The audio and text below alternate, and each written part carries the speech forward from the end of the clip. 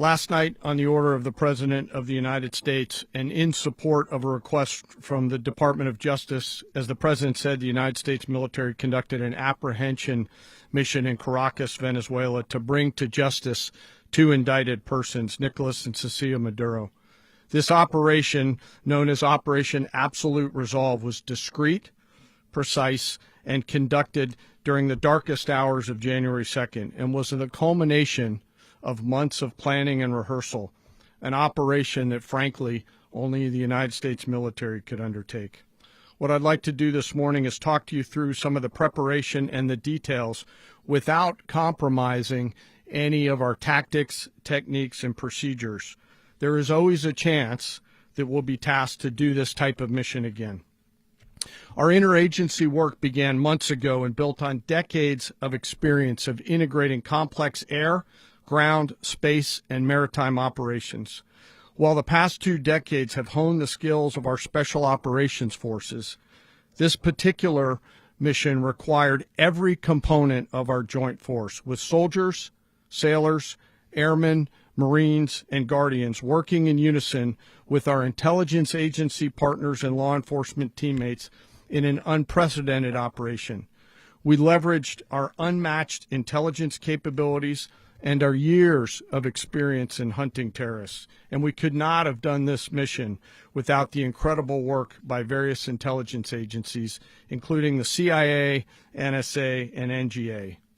We watched, we waited, we prepared, we remained patient and professional. This mission was meticulously planned, drawing lessons from decades of missions over the last many years, many missions over these last many years. This was an audacious operation that only the United States could do. It required the utmost of precision and integration within our joint force.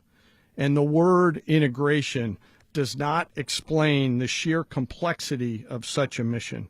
An extraction so precise it involved more than 150 aircraft launching across the Western Hemisphere in close coordination, all coming together in time and place to layer effects for a single purpose: to get an interdiction force into downtown Caracas while maintaining the element of tactical surprise.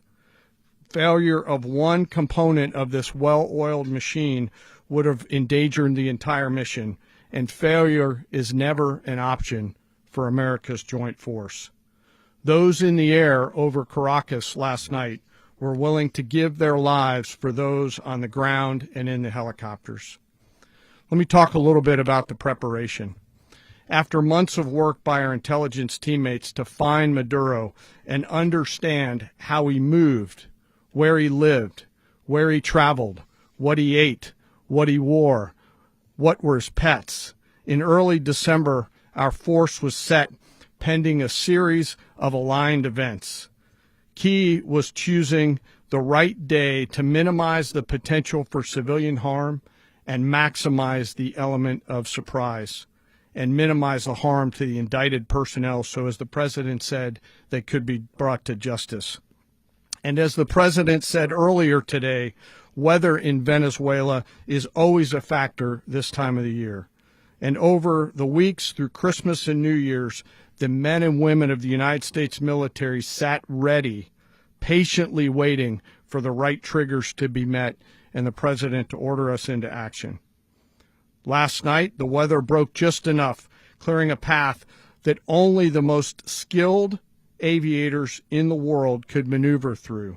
Ocean, mountain, low cloud ceilings, but when tasked with a mission, this organization does not quit. At 10:46 p.m. Eastern Time last night, the President ordered the United States military to move forward with this mission. He said to us, and we appreciate it, Mr. President, good luck and Godspeed. And those words were transmitted to the entire joint force. Over the course of the night, aircraft began launching from 20 different bases on land and sea across the Western Hemisphere. In total, more than 150 aircraft, bombers, fighters, intelligence, reconnaissance, surveillance, rotary wing were in the air last night. thousands and thousands of hours of experience, were airborne. Our youngest crew member was 20, and our oldest crew member was 49, and there's simply no match for American military might. As the night began, the helicopters took off with the extraction force, which included law enforcement officers, and began their flight into Venezuela at 100 feet above the water. As they approached Venezuelan shores, the United States began layering different effects provided by Spacecom, Cybercom, and other members of the interagency to create a pathway. Overhead, those forces were protected by aircraft from the United States Marines, the United States Navy, the United States Air Force, and the Air National Guard. The force included F-22s, F-35s, F-18s, EA-18s, E-2s, B-1 bombers, and other support aircraft, as well as numerous remotely piloted drones.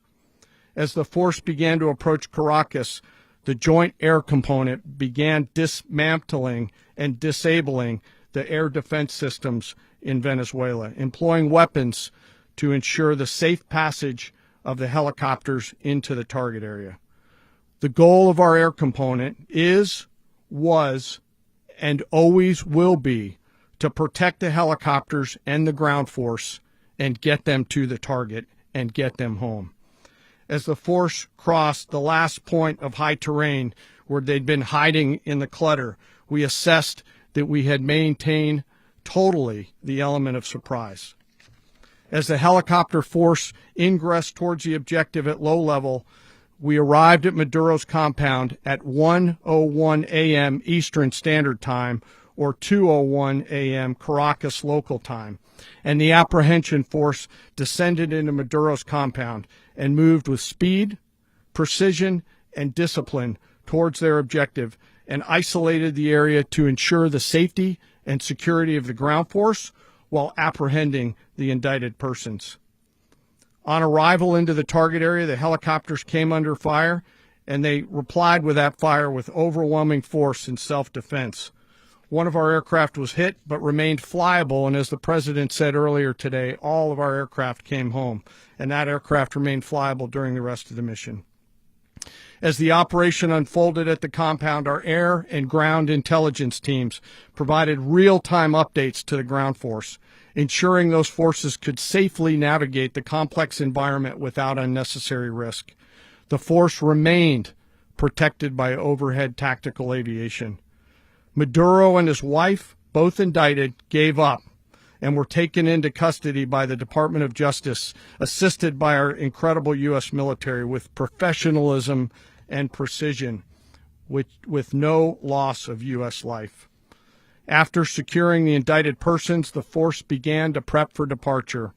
Helicopters were called in to exfiltrate the extraction force, while fighter aircraft and remotely piloted aircraft provided overhead coverage and suppressive fire. There were multiple self-defense engagements as the force began to withdraw out of Venezuela. The force successfully exfiltrated and returned to their afloat launch bases, and the force was over the water at 3:29 a.m. Eastern Standard Time with indicted persons on board, and both Maduro and his wife were embarked aboard the USS Iwo Jima. In closing, what we've witnessed today is a powerful demonstration of America's joint force. We think, we develop, we train, we rehearse, we debrief, we rehearse again and again, not to get it right, but to ensure that we cannot get it wrong. Our jobs are to integrate combat power so when the order comes, we can deliver overwhelming force at the time and the place of our choosing against any foe anywhere in the world.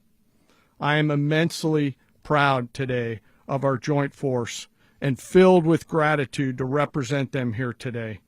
There is simply no mission too difficult for these incredible professionals and the families that stand by them and support them.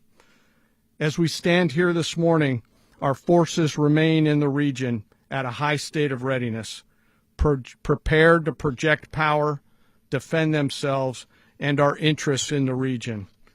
This operation is a testament to the dedication and unwavering commitment to justice and our resolve to hold accountable those who threaten peace and stability. In closing, I want to express my heartfelt gratitude to the brave men and women who executed this mission. Their courage and tireless commitment to our nation are what makes us strong. Thank you, Mr. Secretary, and thank you, Mr. President.